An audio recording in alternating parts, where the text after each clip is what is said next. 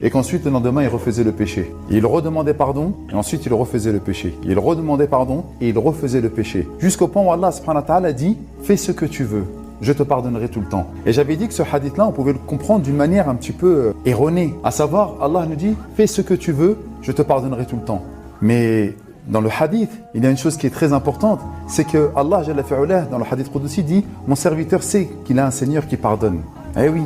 Et donc imaginez-vous bien qu'à chaque fois que l'on va faire des erreurs, et qu'est-ce qu'on avait dit, ça fait partie intrinsèquement de notre personne de pouvoir faire des erreurs. On ne peut pas être exempt de ne pas faire d'erreurs. Nous sommes foncièrement soumis et sujets à l'erreur. Mais qu'est-ce qui se passe dans le hadith? C'est qu'à chaque fois que la personne elle faisait le péché, elle revenait repentante à Allah subhanahu wa ta'ala. Et vous savez très bien, les conditions du repentir, elles sont au nombre de 3. La première, c'est d'arrêter immédiatement le péché. La deuxième, c'est de regretter amèrement le péché. Et la troisième, c'est de se promettre de ne plus refaire le péché.